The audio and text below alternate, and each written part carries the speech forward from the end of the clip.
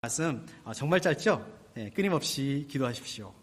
저는 어린 시절에 이 말씀을 처음 보았을 때 그때는 이제 이렇게 새 번역 버전이 아니라 그 옛날 번역이었죠. 쉬지 말고 기도하라. 이런 번역으로 돼 있었죠. 쉬지 말고 기도하라 이 말씀을 봤을 때 어떻게 사람이 쉬지 않고 기도할 수 있을까 이런 생각을 한 적이 있습니다. 그 당시에는 철야 기도도 많이 했고 금식 기도도 많이 했고 그러니까 기도만 해야 되는구나. 잠도 자지 말고 또 이렇게 먹지도 말고 그렇게 기도해야 되는가 이제 이렇게 생각을 해본 적이 있습니다. 쉬지 말고 계속해서 기도하다가 잠깐 중간에 쉬게 되면 그러면 안 되는 건가 이렇게 생각해 본 적이 있습니다. 근데 그 당시에 제 상황을 보게 되면 이게 기도 생활이라는 게 쉬지 말고 기도하기는 그만두고 하루에 3번 그러니까 이제 밥 먹을 때마다 식사할 때 그 식사 기도도 이게 쉽지가 않았습니다.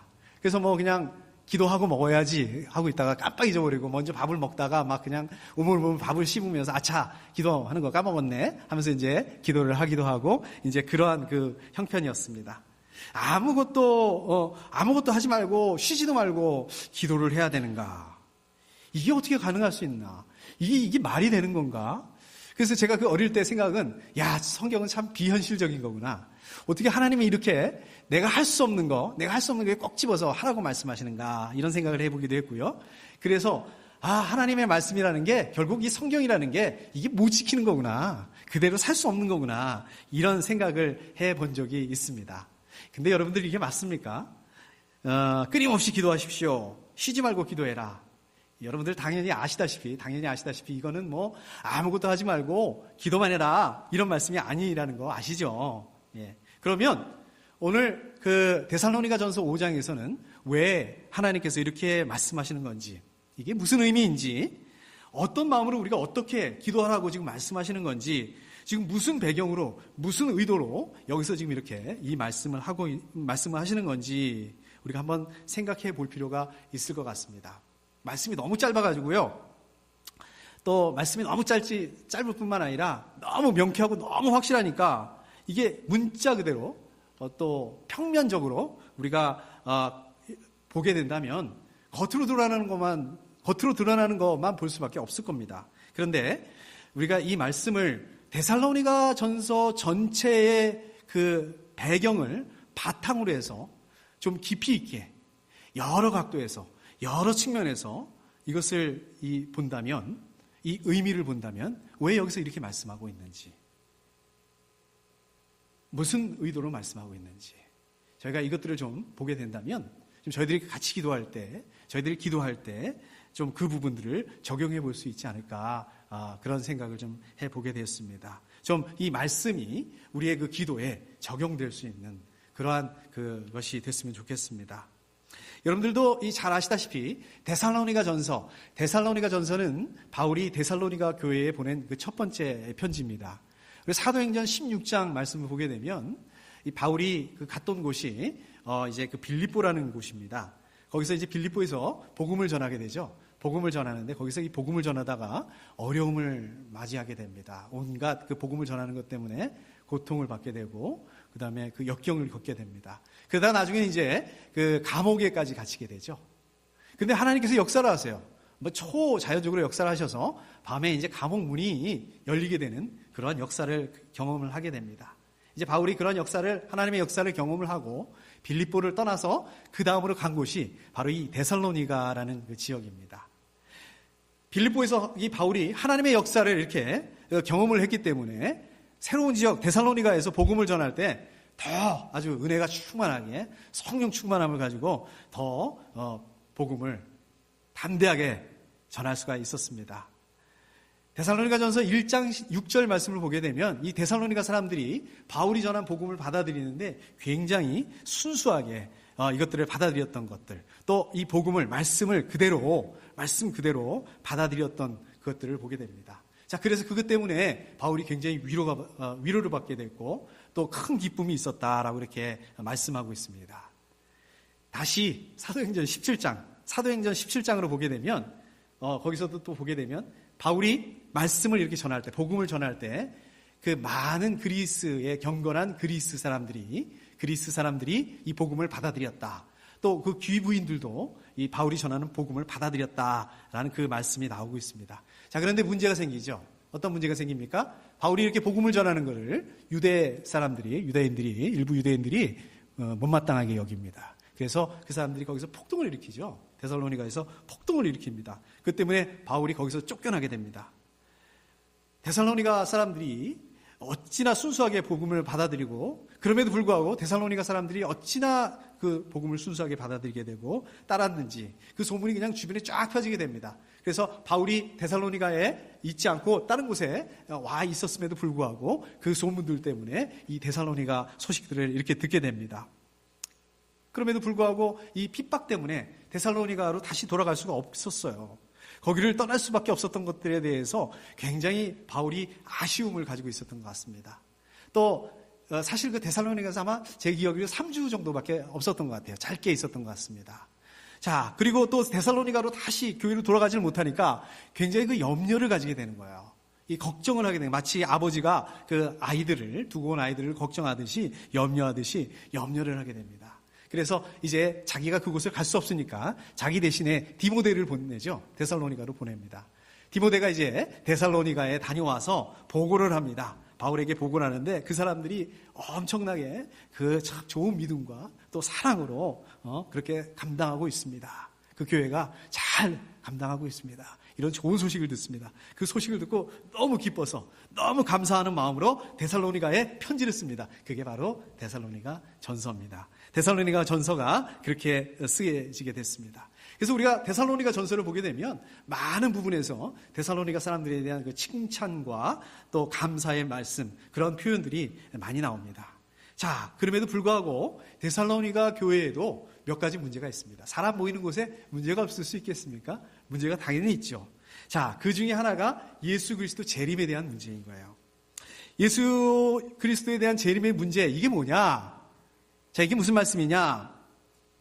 데살로니가 교회 사람들 중에서 일부 사람들이 이제 예수 그리스도가 재림을 할 거니까, 어차피 예수님이 곧 재림을 할 거니까, 예수 그리스도의 재림이 얼마 남지 않았으니까 이거를 내세워서 일을 안 하는 거예요. 그냥 그 자기 생업을 다 포기하는 사람들이 생기는 겁니다. 어차피 예수님이 오시면 이거 일할 필요가 뭐 있어.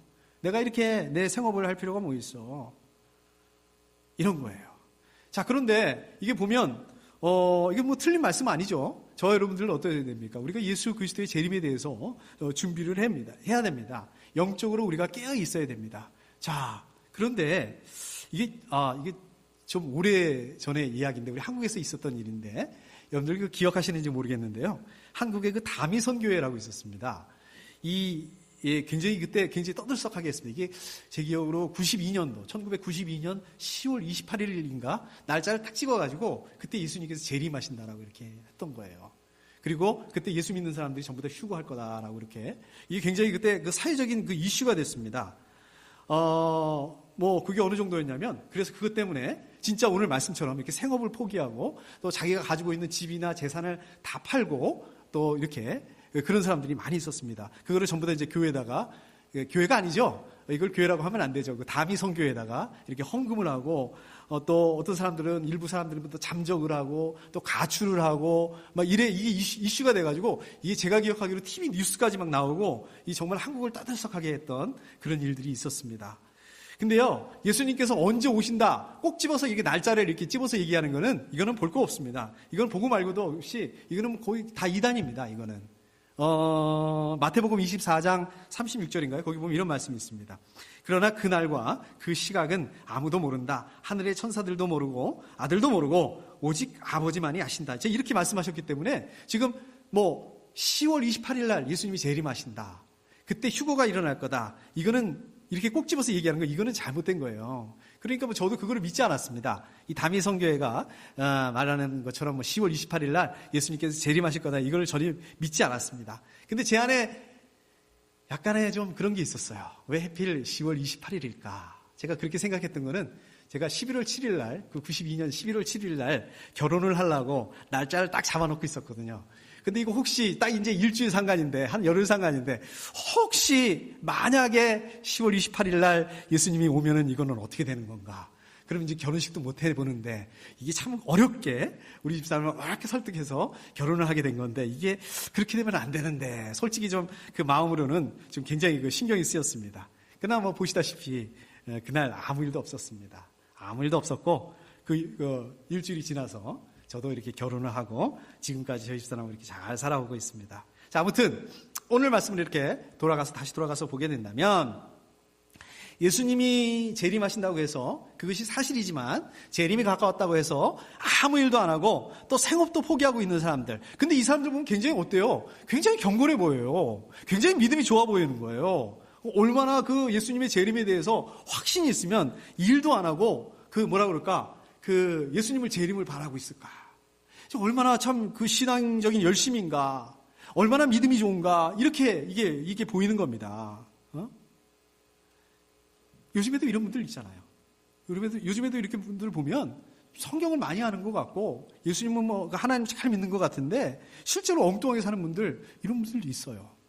그래가지고 이게 지금 그 교회에서 보면 이 다른 사람들이 지금 이런 사람들을 보면 이런 무리의 사람들을 보게 되면 아까 말씀드린 것처럼 경건하고 무척 경건해 보이고 또 신앙에 열심히 있는 것처럼 보이는데 야 이게 조금 뭔가 문제가 있는데 이렇게 생각을 한 거예요.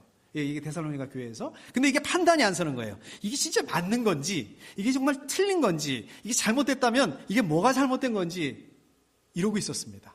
근데 바울이 뭐라고 얘기합니까? 데살로니가 전서를 통해서 이거 잘못된 거다. 이런 사람들, 이건 무질서한 사람들이다. 이런 사람들을, 이건 무절제한 사람들이라 이렇게 딱 짜서 얘기를 합니다. 그래서 이거를 경계해야 된다. 이런 사람들을 경계해야 된다. 오히려 이런 사람들 경계해야 된다. 이거를 주장하기 위해서 이 말씀을 쓰고 있습니다. 데살로니가 전서. 물론 데살로니가 전서 아까 말씀드린 것처럼 다른 여러 가지 이유들이 있었지만 그 데살로니가 전서를 쓴 이유 중에 하나가 바로 이겁니다. 자, 그렇다면 저 여러분들 예수 그리스도의 재림에 준비를 해야 되는데 예수 그리스도의 재림. 무슨 예수 그리스도의 재림? 지금 우리 하루하루 살아가는 것도 쉽지 않고 벅찬데 여기다가 뭘 그런 거를 우리가 고민을 해야 되는가? 그러나 예수 그리스도의 재림을 준비하는 것은 우리 믿는 그 그리스도인들로서 굉장히 중요한 겁니다.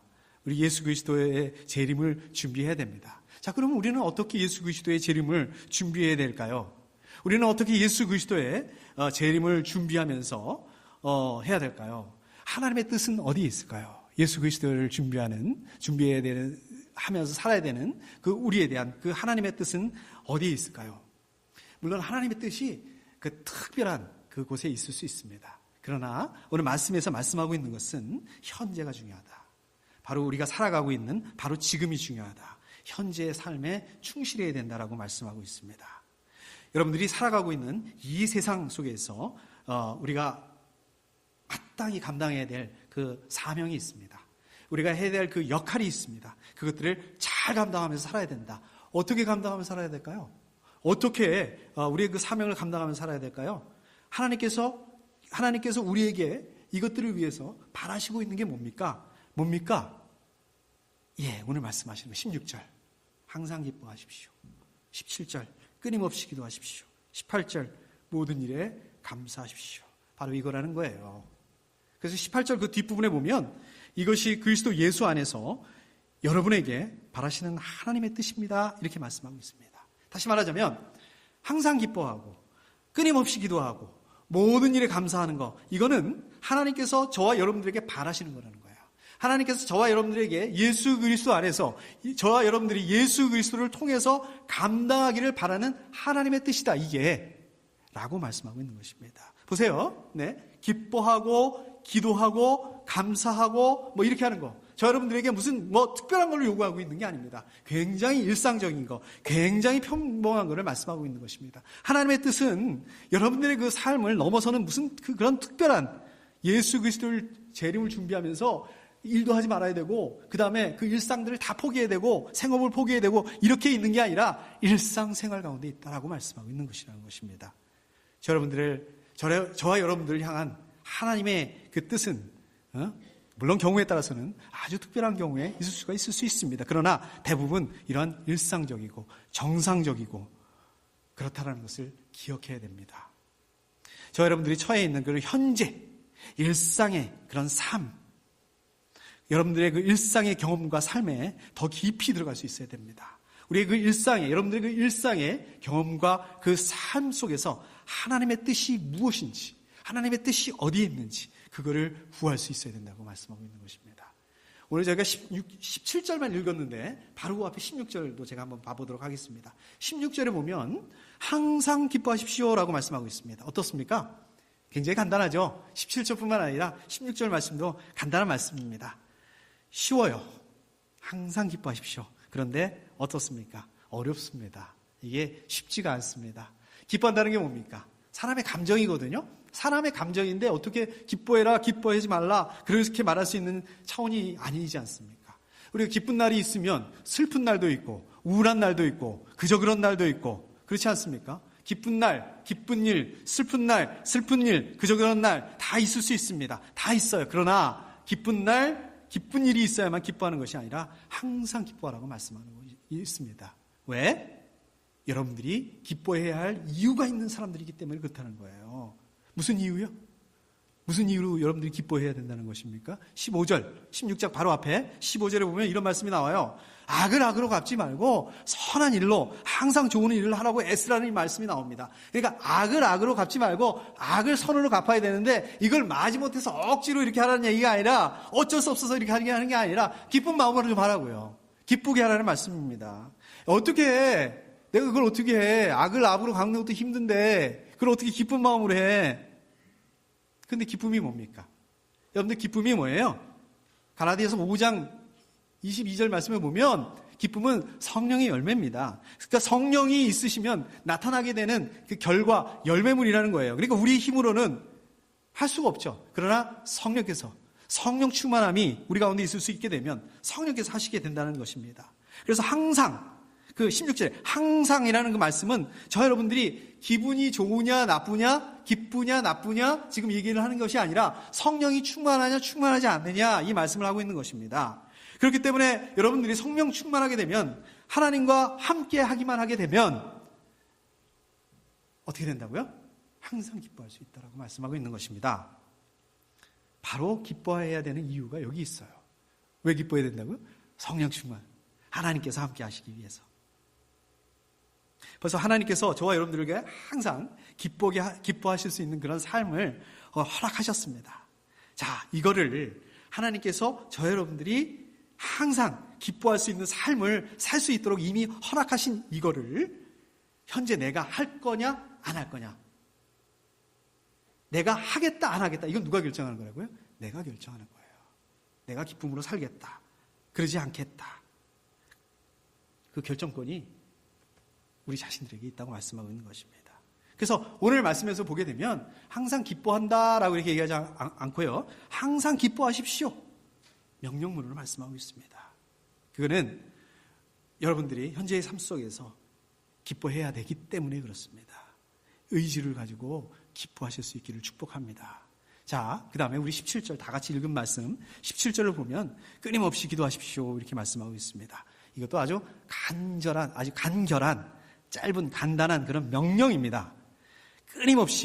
끊임없이라는 말을 쓰고 있는데요, 끊임없이라는 그런 그 원어적인 의미를 보게 되면 굉장히 이게 무슨 뜻이냐면 견디기가 어렵고 이해할 수 없는 그런 극한 상황에서도 마음을 열어놓고 끊임없이 그 다음에 기도하라 연결시키면 그렇게 기도해야 된다, 지금 이 말씀인 것입니다. 그러니까 끊임없이 기도하라 이 말씀이 다른 거 하지 말고 기도만 해라, 다른 거 다 제쳐놓고 기도만 해라 그런 뜻이 아니라 도무지 지금 기도할 수 없는 그런 상황, 낙심이 밀려오는 그런 상황 가운데서도 기도하기를 멈춰서는 안 된다, 지금 이렇게 말씀하고 있는 것입니다. 그거를 강조하고 있는 것입니다.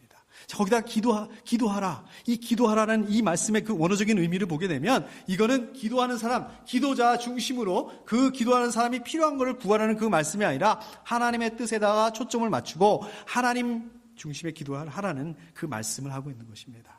자, 그렇기 때문에 17절에서 말씀하고 있는 끊임없이 기도하십시오 이 말씀은 저와 여러분들이 정말 극한 상황 가운데 있을 때, 정말 기도하기 어려운 그러한 그 상황 가운데 있을지라도 저와 여러분들의 필요를 위해서 기도하는 것이 아니라 하나님의 뜻을 이루어질 수 있도록 하나님을 위해서 하나님 중심을 기도해야 된다, 이런 그 의미인 것입니다.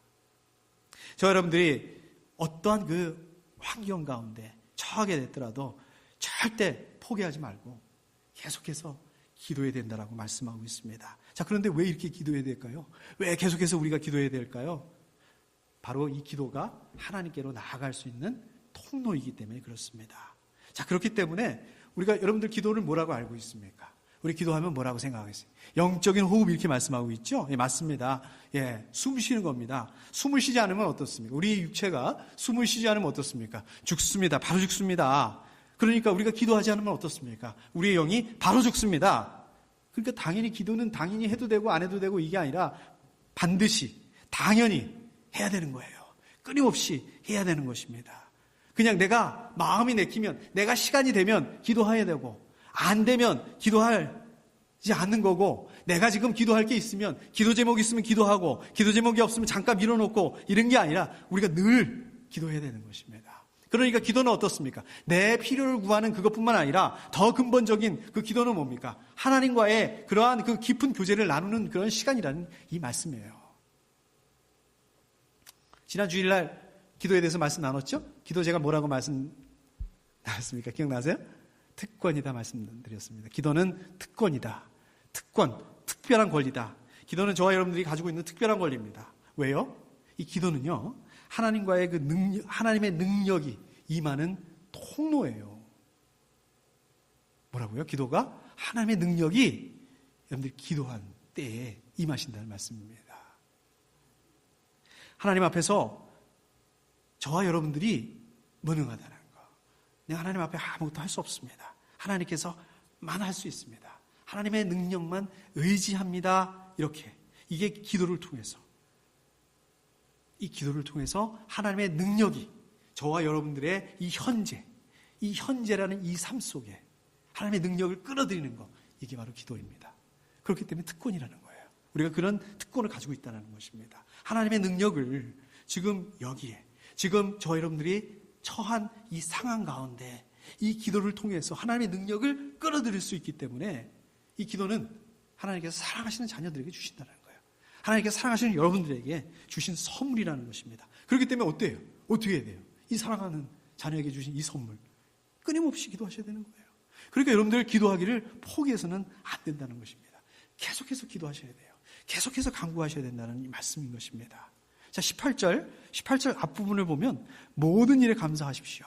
이 말씀 무슨 말씀입니까? 모든 상황 가운데서 어떤 상황이 있더라도 언제든지 감사해야 된다. 누구한테? 하나님께 감사해야 된다. 이 말씀입니다. 이 정말 쉬운 일이 아닙니다. 감사한다는 것도 무슨 말씀입니까? 감정이에요. 아까 기뻐하는 것처럼 감정입니다. 그러니까 이건 뭐 감사해라 마라 이게 할 수 있는 그 부분이 아닙니다. 이 도대체 어떻게 해야지? 이 제가 드는 질문이에요. 어떻게 해야지 어떤 상황에서도 언제든지 하나님께 감사할 수 있을까? 어떻게 그럴 수 있을까요? 어떻게 하면 우리가 좀 감사할 수 있을까요? 하나님께. 하나님의 선하심을 우리가 깊이 깨달을 때 이 우리의 상황과 관계없이 하나님께 감사할 수가 있습니다. 우리가 이 하나님의 선하심에 대해서 알지 못한다면 하나님께 감사할 수 없습니다. 원망과 불평과 이런 것들이 나올 수밖에 없습니다. 우리 그 출애굽기에 보면 그 이스라엘 백성들이 40년 동안 그 광야 생활 동안 어려움을 만날 때 어떻게 반응합니까? 하나님께 감사했나요? 어려움을 만났을 때 원망하고 불평하고 그랬습니다. 이거는 무슨 뜻이냐? 이 사람들이, 이스라엘 백성들이 하나님을 알지 못했다는 거예요. 하나님이 어떤 분이신지 알지 못했다는 거예요. 하나님이 어떤 분이신지 알았다 하더라도 하나님에 대해서 지식적으로, 하나님에 대해서 이론적으로, 교리적으로만 알고 있었다는 것입니다. 그렇기 때문에 어려운 상황을 만나게 되니까, 좋을 땐 좋아요. 어려운 상황을 만나게 되니까 감사가 아니라 불평과 원망이 나오게 됐다는 겁니다.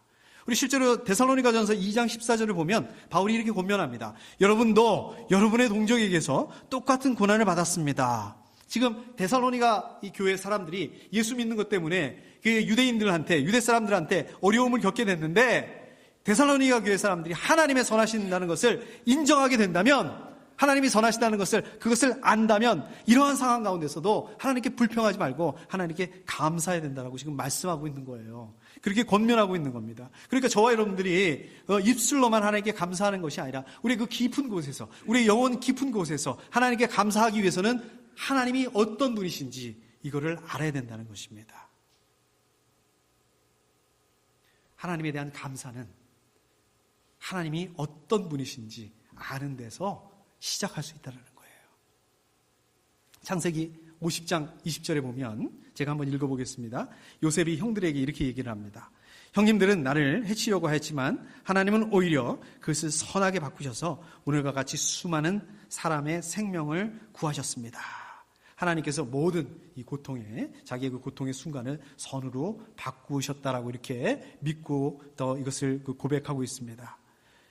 저 여러분들이 하나님께서 저 여러분들에게 이 상황을 우리가 지금 저 여러분들이 이 겪고 있는 이 처한 이 상황들을 선으로 바꿔주실 것을 믿고 있을 때만 우리가 감사할 수 있다는 거예요. 다시 말하자면 이 하나님의 선하신 진리, 이 하나님의 선하신 이 섭리를 우리가 인정하는 믿음을 가지는 것에 대해서 말씀하고 있습니다.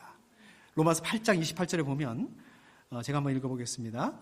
하나님을 사랑하는 사람들, 곧 하나님의 뜻대로 부르심을 받은 사람들에게는 모든 일이 서로 협력해서 선을 이룬다는 것을 우리는 압니다. 이거는 하나님께서 모든 일에 있어서 선을 이루시는 분이시고 여러분들이 넉넉하게 이길 힘을, 여러분들이 처한 그 상황 가운데서 넉넉하게 이길 수 있는 힘을 주시는 분이 바로 하나님이라는 그 말씀입니다. 우리가 이거를 인정하고 믿을 때 어떤 상황 가운데서도 우리 안에서 감사가 나올 수 있게 되는 것입니다. 우리가 예를 들어보면 누가 있습니까? 우리 바울과 신라가 빌립보 감옥에 갇혔을 때 그 밤에 하나님을 찬양할 수 있었어요. 그래서 감사할 수 있었습니다. 이거는 바로 이 하나님의 이 선하신 섭리를 인정하는 그 믿음이 있었기 때문에 바울과 신라가 이렇게 감사하고 찬양할 수 있었다는 거예요. 하나님께서 모든 걸 협력해서 선을 이루시는 분이시고 저 여러분들에게 넉넉히 이길 수 있는 그 힘을 주실 수 있는 그 분입니다. 여러분들이 이걸 꼭 기억하셨으면 좋겠어요.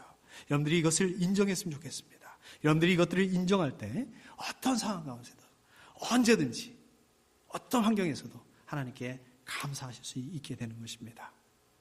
제가 지금은 좀 이제 기억이 너무 오래돼가지고 가물가물합니다. 그런데 오늘 이 말씀 있잖아요. 더 정확하게 말하면 16절, 17절, 18절 말씀인 것 같아요. 항상 기뻐하라, 쉬지 말고 기도하라, 범사에 감사하라. 제가 이 말씀을 처음으로 접했던 거, 이게 기억이 나는 게 고등학교 1학년 때 그 여름에 수련회 가서 좀 기억이 납니다. 이 수련회니까, 고등학교 수련회니까 아마 교육의 차원에서 식사하기 전에, 밥을 먹기 전에 꼭 이렇게 그 성경 구절을 이렇게 암송을 해야지 밥을 먹을 수가 있었습니다. 근데 어떨 때는 성경 말씀이 굉장히 길고 어려운 성경이 나오면 제가 이거 외우는 걸 또 잘 못합니다. 그래서 이걸 외우느라고 그냥 고생해가지고 겨우겨우 외워가지고 먹고 이제 그랬습니다. 그런데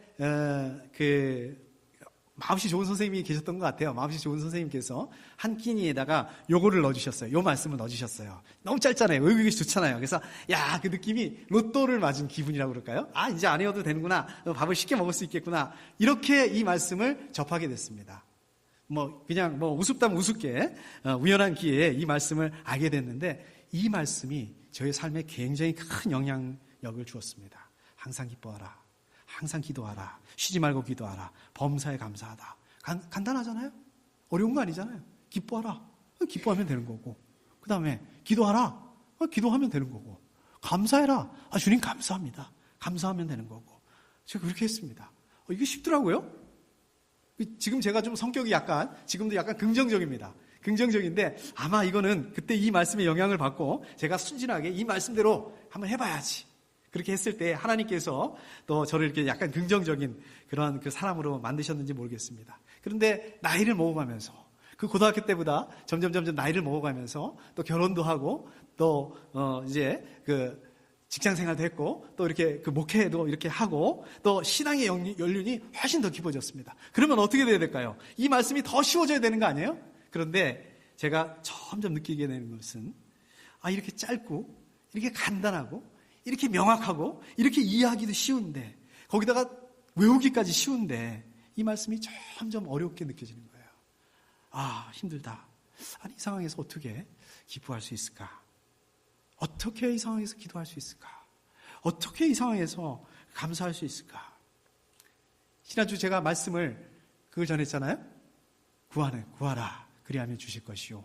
찾으라 그리하면 찾을 것이고 두드리라. 그러면 하나님께서 문을 열어주실 것이다. 사실 저희가 이 말씀을 준비하다가 굉장히 많이 은혜가 됐습니다. 그냥 기도라는 거는 그냥 이렇게 눈을 감고 손을 모으고 무릎 꿇고 앉아서 기도하는 것뿐만 아니라 우리가 믿음으로 하나님께 구하고 또 믿음으로 내가 그것을 찾아서 움직이고 또 믿음으로 하나님의 기도가 응답이 될 때까지 기다린다. 이 말씀을 같이 나눴지 않습니까? 굉장히 은혜가 됐어요. 근데 이 설교 잘하고 예배 끝난 다음에 우리 안 집사님께서 작년도 재정 보고를 해주셨잖아요. 집사님 굉장히 준비를 많이 하셨어요. 제가 얘기 듣기로 이 자료를 준비하시느라고 이틀 동안 밤을 새시고 정말 잘 만드셨습니다. 그래서 아주 꼼꼼하게 자료를 잘 만드셔서 재정 보고를 이렇게 듣고 있는데 또 올해 또 예상하는 그 재정 그 자료를 보고 있는데 솔직히 걱정되더라고요.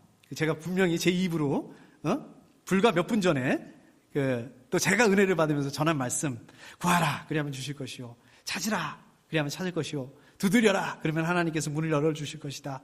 이 말씀을 깨끗하게 잊어버리게 됐습니다. 이걸 보고 있는데, 숫자를 보고 있는데 걱정과 염려를 넘어서서 공포감이 다가왔습니다. 무섭더라고요. 그러다 제가 앉아서 그런 생각을 했습니다. 내가 이러면 안 되지. 내가 좀 정신을 좀 차려야겠다. 그리고 그 말씀을 떠올렸어요. 다시 한번 떠올렸어요. 그래, 하나님이 바로 이것을 위해서 하는 거지. 구하라 그리하면 주실 것이요, 찾으라 그리하면 찾을 것이요, 두드려라 그리하면 하나님께서 문을 열어주실 것이다. 그런데 제 안에 드는 생각이, 과연 될까? 오늘 말씀 잘못 나눴네. 잘못 전해드렸네. 제가 예배당을 나가기도 전에 그 좌절감에 휩싸이게 됐습니다.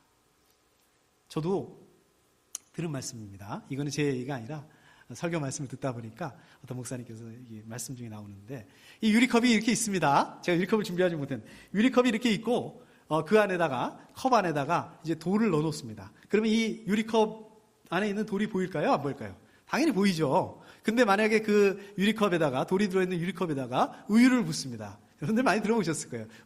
하얀 우유를 부으면 어떻습니까? 돌이 보이지 않습니다. 그런데 이 돌이 보이지 않는다고 한다고 하더라도 이 돌이 없어진 걸까요? 아닙니다.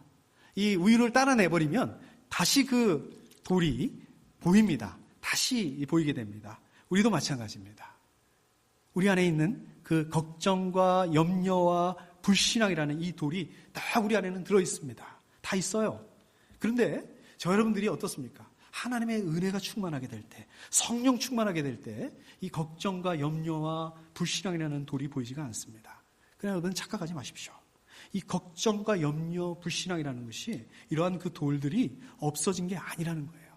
하나님의 은혜 때문에 보이지가 않는 그런 뿐이라는 거예요. 그런데 은혜가 빠져나가게 되면, 우리 안에 은혜가 없어지게 되면 이게 도로 그대로 나타난다는 거예요. 걱정, 염려, 불신앙, 도로도 그대로 나타나게 되는 거예요. 저처럼. 여러분 착각하지 마셔야 돼요.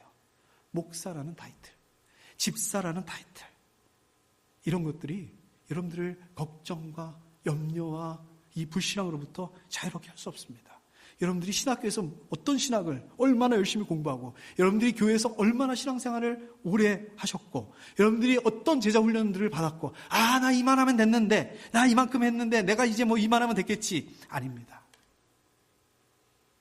불과 예배당을 나가기도 전에 걱정과 염려 때문에 주저앉아 버리게 되는, 이게 현실이라는 것입니다. 어떻게 하라고요? 답은 하나밖에 없습니다. 하나님의 은혜로 여러분들의 그 심령을 채워버리는 거, 성령 충만함을 감당하게 하는 거. 어떻게 할 수 있다고요? 이거를 어떻게, 하나님의 은혜로 어떻게 채울 수가 있다고요? 오늘 말씀하고 있는 그거예요. 항상 기뻐하라, 쉬지 말고 기도하라, 범사에 감사하라. 우리 세 번역으로 보면 항상 기뻐하십시오, 끊임없이 기도하십시오, 모든 일에 감사하십시오. 이거 뭐 특별한 얘기가 아니잖아요. 이게 여러분들 감당하기 어려운 거 하라고 하시는 말씀이 아니잖아요. 기도해가지고 죽은 사람 살려내라고, 그렇게 죽은 사람 살아날 때까지 기도하라고 그 얘기하는 게 아니잖아요. 여러분들 그 이빨이 금리로 바뀔 때까지 기도하라고 그런 거 아니지 않습니까? 그냥 기도하라는 거예요. 끊임없이 기도하라는 거예요. 포기하지 말고 기도하라는 거예요. 그거 할 수 있잖아요. 기도는 하나님의 능력이 여러분들에게 임하게 되는 통로입니다. 우리 지지난주에 방문하셨던 그 선교사님처럼 여러분들 생업 다 포기하고 복음 전하기 위해서 해외에 그런 뭐 선교사로 나가겠다고 그런 결정을 하라는 말씀이 아닙니다. 여러분들의 감정, 여러분들의 상황에 관계없이 내가 기뻐하겠다, 내가 감사하겠다, 이거 결정하라는 말씀이에요. 하나님의 선하신 섭리를 인정하라는 말씀인 것입니다. 여러분들 40일 작전기도 잘들 하고 계시죠? 아까 제가 교회 소식 나눌 때도 나눴지만은 기도 제목 잘 이렇게 정하시고 그 다음에 그거 가지고 기도하고 계시죠? 기도 팔찌 하고 계시죠? 혹시 저도 그런 것 같아요. 바쁘니까 깜빡 잊어버려요. 기도해야 되는데 깜빡 잊어버리는데 기도 팔찌 그렇지, 기도해야지. 우리 집사님 위해서, 건강 위해서, 또 뭐 위해서 기도해야지. 이게 생각이 납니다. 근데 여러분들 어떠세요? 내가 좀 안 바쁠 때 좀 제대로 앉아서 제대로 좀 기도해야지. 그러지 마세요. 즉시 기도하십시오. 생각날 때마다 즉시 기도하십시오. 그리고 또 좀 안 바쁠 때, 시간이 좀 정리됐을 때 그때 또 제대로 또 한번 기도하십시오. 여러분들 계속해서 이런 식으로 하다 보면 끊임없이 기도하게 되는 것입니다. 항상 기쁘고 모든 일에 감사하게 되는 것입니다. 이렇게 시작할 때 이번 한 주간 여러분들이 10가지를 알고 계신다면 그 중에서 한 개만 했으면 좋겠습니다. 뭐 이걸 한다라고 할 수 있을까요? 아니요. 바로 그거요. 바로 그거를 좀 실천하게 했으면 좋겠습니다. 저처럼 예배당 나가기도 전에 다 잊어버리고 흔들리고 또 그러는 게 아니라 예배당을 나서서 여러분들 집에 가서, 여러분들 가정에 돌아가서, 여러분들 목장 모임에서, 여러분들 직장, 학교, 삶의 현장 가운데서 내가 이거 하나만 한다. 그 바로 작은 거. 내가 작은 거지만 내가 이거 하나만 한다. 바로 그 작은 걸 통해서 항상 기뻐할 수 있었으면 좋겠습니다. 끊임없이 기도하고 모든 일에 감사하고 그럴 수 있는 그런 한 주간이 됐으면 좋겠습니다. 함께 기도하겠습니다.